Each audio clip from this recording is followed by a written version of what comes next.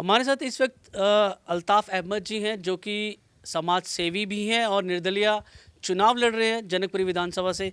Sir, क्या सोच लेकर आप चुनाव में आए हैं और क्या यहाँ आपके क्षेत्र की परेशानियाँ हैं?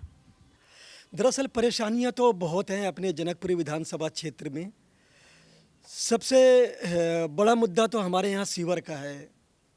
आए दिन सीवर इतना भरा रहता है, कभी कोई बच्चों को लेके गिर रहा है, कभी हमारे स्कूल वाले बच्चे स्कूल जा रहे हैं उसी रास्ते से तो सीवर भरा हुआ है। और लोगों के घर नीचे हैं, सीवर की वजह से उनके घरों में सीवर का पानी चला जाता है। ये सबसे बड़ी समस्या है हमारे जनकपुरी विधानसभा क्षेत्र की। और इस मॉडल को देखते हुए हमने ये कदम उठाया है कि परिवर्तन अगर हम ला सकते हैं तो हमें पब्लिक का सपोर्ट चाहिए, और ताकि हम इन समस्याओं से लोगों को बाहर निकाल सकें। जी, आप निगम का भी चुनाव लड़ चुके हैं। सर, मेरा अगला सवाल आपसे ये रहेगा कि आजकल जो बाकी राजनीतिक पार्टियां हैं और हिंदू और मुस्लिम को लेकर कहीं न कहीं दोनों तीनों जो पार्टियां हैं, कांग्रेस की बात करूं, आम आदमी करूं, बीजेपी की बात करूं, तो ये हिंदू मुस्लिम के जो वोट बैंक है उनको अलग-अलग जो है अपने दबदबा जमाने की कोशिश करते हैं। ये मेरा हिंदू का जो वोट बैंक है वो मेरा, मुस्लिम का वोट बैंक मेरा। आपके क्षेत्र में दोनों ही समाज रहते हैं, हिंदू मुस्लिम एक साथ एक ही कॉलोनी में रहते हैं, काफ़ी लोग रहते हैं, उनके लिए आप काम करते हैं। क्या कहना चाहेंगे? हाँ, ये उन पॉलिटिक्स पार्टियों के लिए तो है ये सब चीज़ें, लेकिन अब समाज के लोग भी जाग चुके हैं। अब उनके लिए ये हिंदू मुस्लिम का फैक्टर कोई काम नहीं आने वाला। जैसा कि मैं एक आरडब्ल्यू माध्यम से काम करता हूँ मैं, और सभी समाज को साथ लेके चलता हूँ। तो ये पॉलिटिक्स पार्टी ऐसा कराती है हिंदू मुस्लिम, बाकी किसी के अंदर ऐसी विचारधारा नहीं है। मैं देखो दिन रात हर किसी, जबकि जिस जगह मैं रहता हूँ, जिस वार्ड में मैं रहता हूँ, टोटल अपने हिंदू भाई हैं वहाँ पर। 10-12 घर मुस्लिम समाज के हैं, तभी मैं दिन रात एक्टिव रहता हूँ।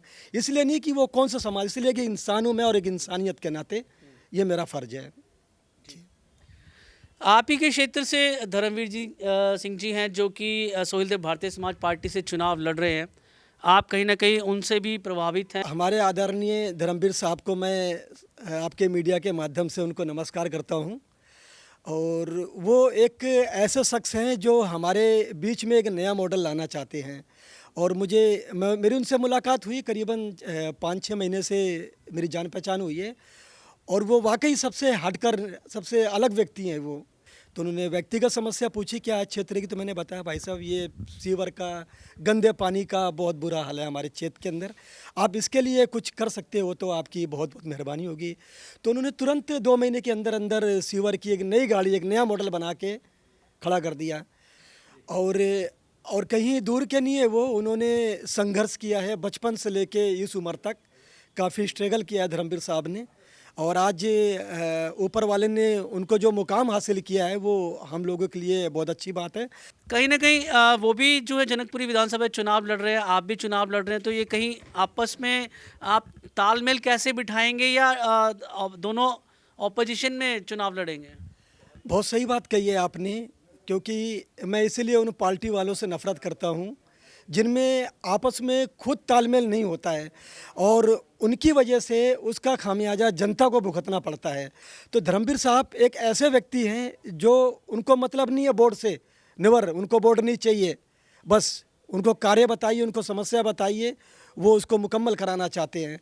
तो उनके अंदर जो इंसानियत है, जो हमने उनका एक रूप देखा है, उसको लेके हम लोग ज़्यादा उनसे सहमत हैं। और हमारे आवाम के बीच में एक बहुत बड़ी खुशी है ये। पानी की, गंदे पानी की बहुत बड़ी समस्या, और सीवर की तो आप पूछो मत। आप कभी आइए हमारी कॉलोनी में तो मैं आपको दिखाऊंगा वहाँ की अर्थव्यवस्था सीवर को लेकर कितनी बिगड़ी हुई है।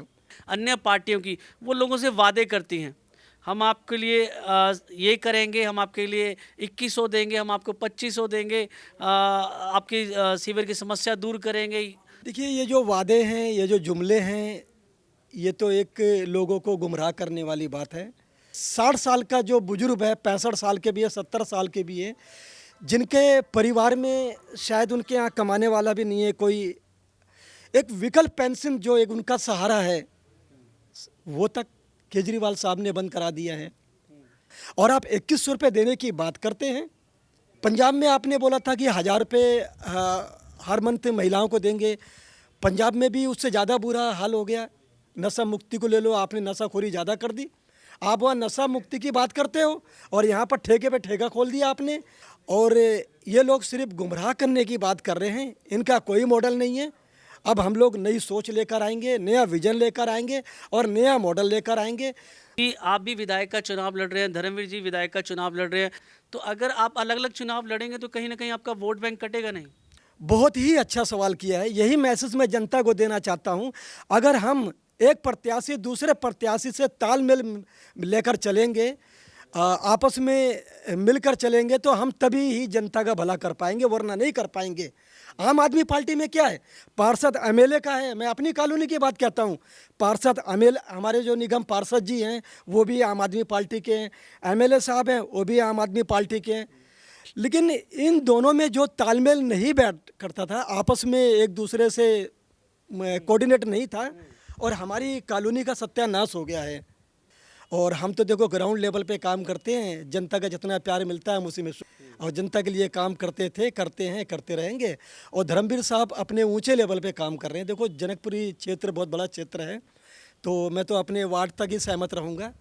तो ये थे अल्ताफ़ जी, जिन्होंने अपनी बेबाक राय हमारे साथ रखी और खुल के जो है अन्य प्रत्याशी जो कि धर्मवीर जी जनकपुरी से लड़ रहे हैं उनका समर्थन करते हुए दिखाई देते हैं। कैमरामैन गोगी के साथ मैं अरुण कौशल, द सिटीजन न्यूज़, दिल्ली।